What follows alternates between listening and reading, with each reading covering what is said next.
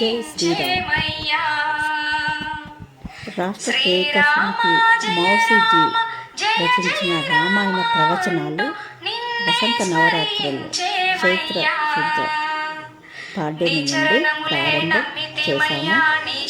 రోజు రామాయణ ప్రవచనాలు చెప్తున్నాను. అందరూ చక్కగా రామాయణ ప్రవచనాలు వింటూ మౌసీజీ రాసిన రామాయణాన్ని విశ్లేషణ చేస్తూ చాలా చక్కగా అనుసరిస్తున్నారు.